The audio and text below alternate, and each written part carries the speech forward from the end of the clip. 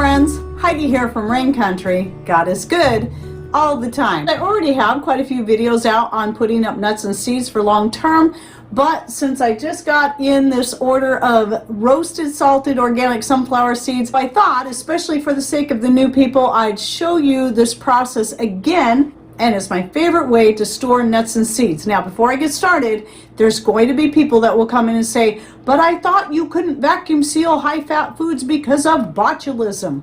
Yes, you can. In fact, that's a myth. So I don't even know where it got started from, but just remember one thing. I remember back, and I think it was in the 80s, maybe even farther back than that, where Planters Peanuts commercials were always focused on the fact that the peanuts were vacuum sealed into jars. That was their main selling point for freshness. And believe me, it works. It keeps them nice and fresh. So I do this with both roasted nuts and seeds and raw nuts and seeds. Have never had a problem except for one jar of Brazil nuts that were starting to go rancid, but I think it was just a bad batch that I had and nothing more. So let me get to this. Right here, I already have a pint-sized jar that's full. You can use quart, you can use half gallon, whatever size you prefer.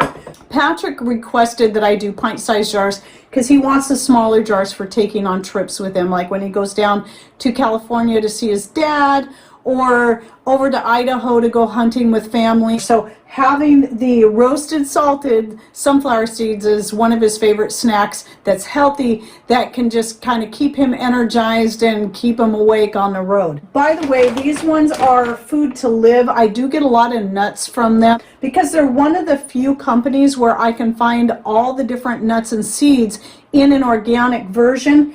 And this is the first time that I was able to find them, the sunflower seeds, not only organic, but also roasted and salted. Now, if I could conquer that same thing with peanuts, I would love to find some peanuts by the pound that are organic and roasted and salted. It's hard to find all three of those in one batch. So if anyone knows, I know Azure Standard has the roasted organic peanuts, but they're not salted. And it's always nice if you're buying them for a snack to have them ready to go like that.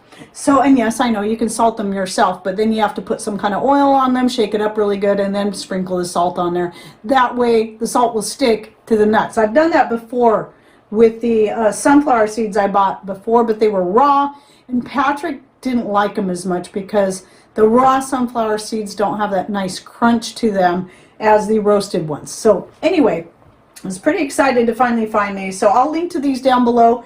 I have 2 big bags because that's how they came. This was actually one order of 12 pounds, and that was the best price per pound. Going up to the next size up, which I can't remember how many pounds it is, wasn't any better in price, so I went with the 12 pounds.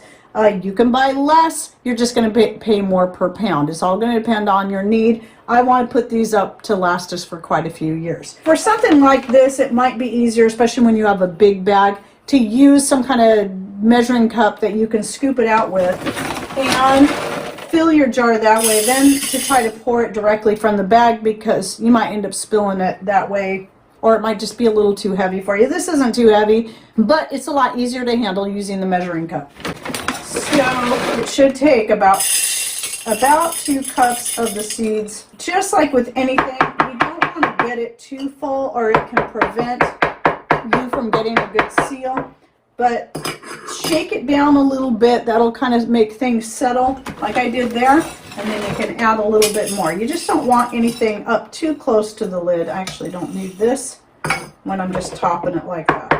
So that right there looks pretty good. By the way, I'm not going to be putting all of these in pint jars. I'm just going to be doing about 6 pint jars. The rest I'm going to do in quart jars, because then once he runs out of the pints, when we go to open a quart jar, because the quart jars are going to take up less room in storage, then I can then take that quart jar and repackage it into 2 pint jars, and I can reseal it. That's the great thing about vacuum sealing over using oxygen absorbers, is once you've used that oxygen absorber, you it's pretty much no good.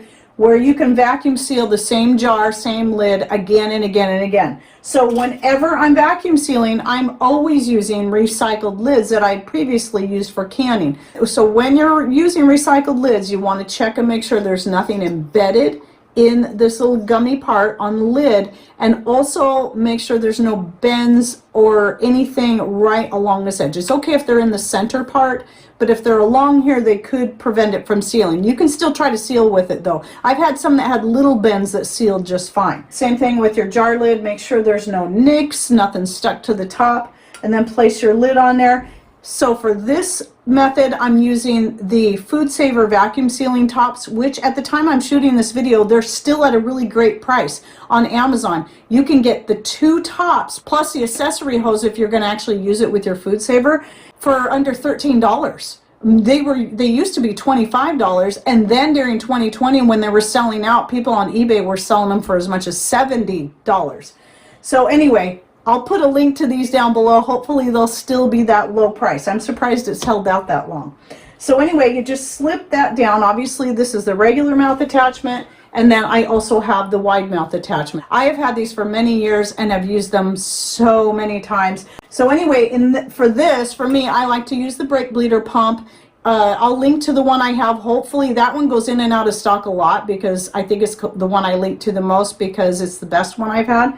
And I've had this one, it's either this one or the one over here, I've had for almost 6 years, and it still works great. Usually around $20–25 you can get a kit, a lot cheaper than buying an electric Food Saver machine, and it works great, and it doesn't require any power other than the power of your arms and hands. Now in this case I use this little tip that came with the brake bleeder pump, but you can also use the accessory hose that goes with the Food Saver tops, but you'd still have to cut one end off and then slip that end inside the brake bleeder hose, and then you can snap that into place. And that's one way. There's other ways you can do it. I'm just used to always just holding it firmly in place. You don't have to press really hard. You just have to hold it firmly in place. And I use the strength of my arm, not my hands. I don't pump like this.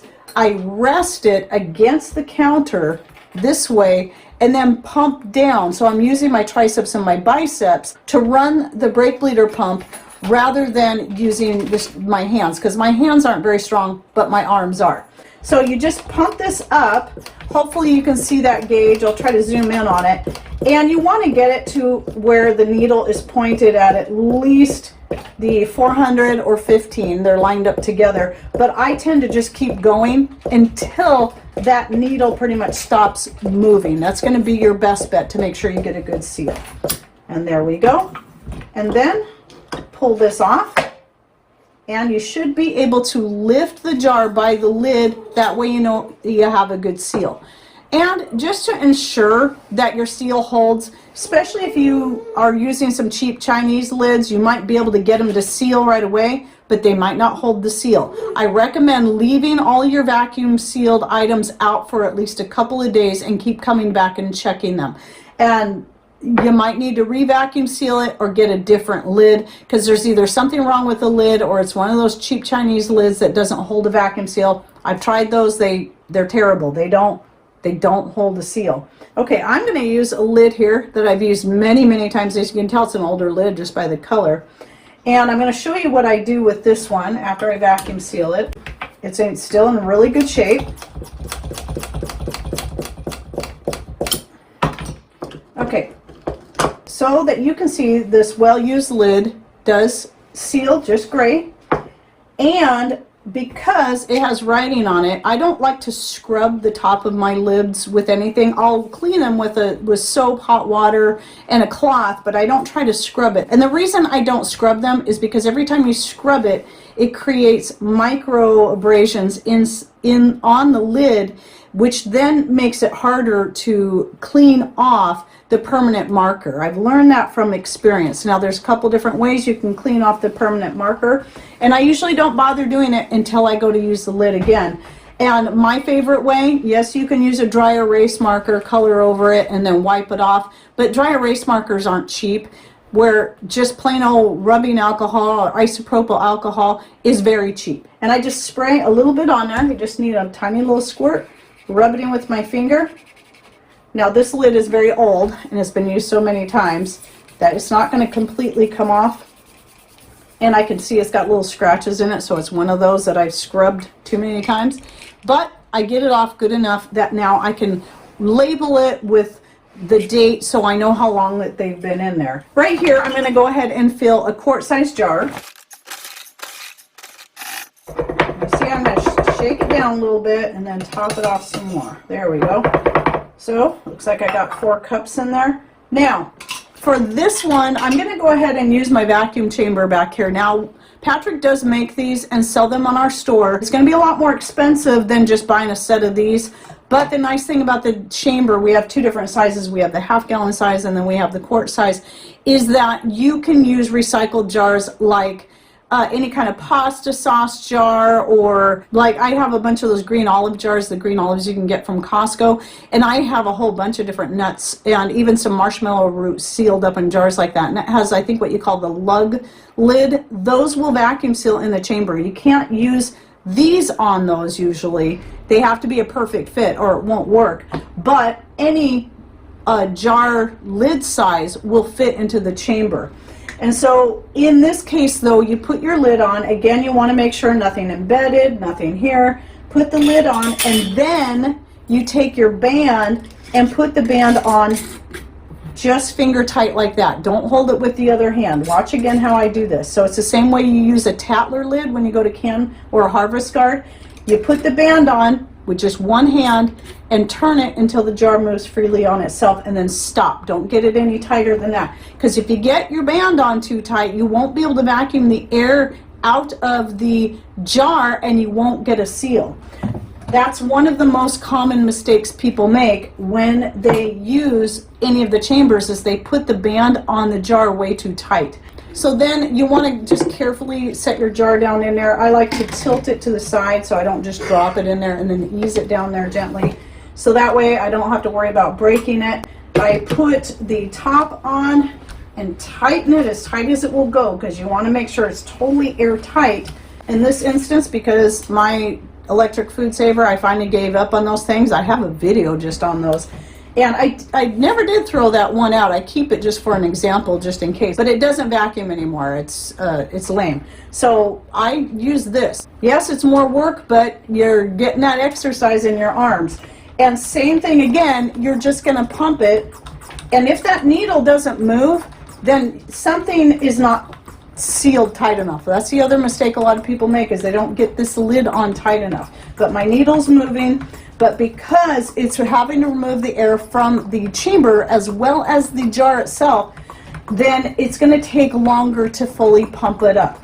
But probably at most twice as long as a jar. And plus I'm vacuum sealing a bigger jar than I did the pint-sized jars. And then just go until the needle stops moving.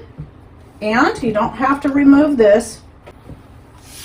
There, I hope you heard that. I was trying to make sure I was quiet so you could hear the air escaping from the chamber. Then I pull the jar out. You notice again I tilt that. Take the band off so I can check it and make sure it did indeed seal, which it did, as you can see. So that's another way that you can seal. And again, the nice thing about the chamber is you can, as long as the jar fits in there, you can seal any type of lid. Now, I do have more information about the chamber, about some of the common mistakes people make and some troubleshooting that I go over that I'll link to down below if you're curious. But a couple other things that I want to explain that I didn't talk about in that video. One is that I had a couple people who couldn't figure out why their thing was working for a while and then suddenly it stopped working, and because they couldn't get this to tighten down. Well, if you loosen it too much, this little bolt will slide out of there, and it's square at the bottom, and there's a square hole that that square part of the bolt fits into. So if it's like that, you will not get it to tighten down enough. So double check and make sure that that bolt is seated fully into that. And then you don't need to fully loosen this up all the way. When you go to remove it, you just loosen this wing nut just enough that the lid will just slip out. You don't have to take the whole thing apart. You just make more work for yourself if you do that. And then the other thing is that more recently, apparently the Golden Harvest jars, they've changed the shape or something about their regular mouth jars like this one. This is the only one I have.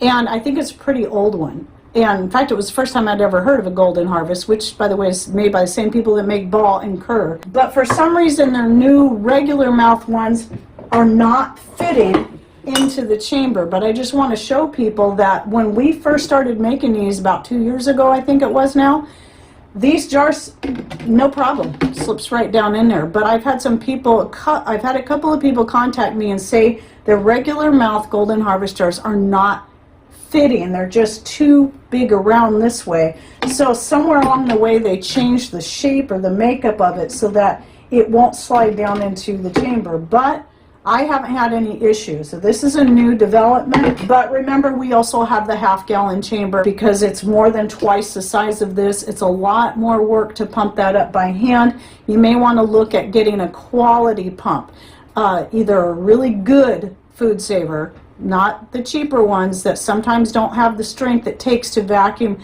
that much at a time, something that size. Or I've had several people tell me they bought just a vacuum pump at Harbor Freight and that worked really good for them. So, and any suggestions you have about good pumps that could work, quality pumps on something like that, go ahead and share with us down below. And then I also know that some people have just taken it upon themselves to take like an old canner and they can put several jars in there and then hook an electric pump and hose up to the vent pipe of the canner and then vacuum seal several jars at once. That's an option too that you can do, especially if you're doing half-gallon jars. So because the chambers, they're not cheap, because the parts cost money, Patrick's time costs money, and he takes a lot of time. This one he didn't do this with because this was the prototype.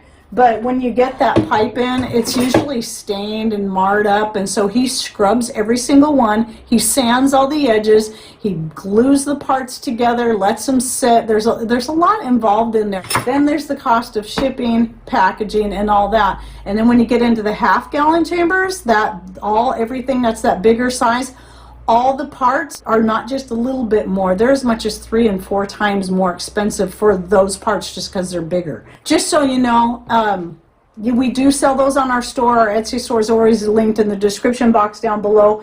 But if you're just going to use canning jars, I recommend the cheapest way to go, the least expensive way to go to get yourself set up for vacuum sealing is getting yourself a set of these and one of these. And that's it. And that's all you need. And you can vacuum seal jars right and left and you're good to go. All right, well, that's it. And again, this is how I vacuum seal all my nuts and seeds. And I've been doing it for years, coconut too. And for those who are concerned about the rancidity, yes, this can happen with any fat. It doesn't matter what it is. It doesn't matter if it's olive oil or peanut butter. Anything can go rancid. How you prevent something from going rancid is keeping those things stored, any fatty foods, in a cool area. So if you live in a very hot climate, it might not be the option for you unless you have a root cellar. Root cellars are kind of unheard of around here because of the high amount of rain we get. But if you live in a hot climate, consider a root cellar, or consider finding some way that you can cheaply have a cool room that you can keep your high-fat items in to prevent rancidity. That's just not an issue here because our pantry stays cool year-round. So anyway, there you go. I hope that helps, and at least for me, this has been a great method for me to preserve all kinds of things, including chocolate chips. So, in order to find the links, video links and so on, I'll be putting down below. Don't forget to click on Show More, that's in all caps right down here below my channel name, or that little gray arrow if you're on a smart device to open the description box in order to find all that stuff I'll be putting down below. Hope you enjoyed this video. Thanks for watching. Take care, and God bless.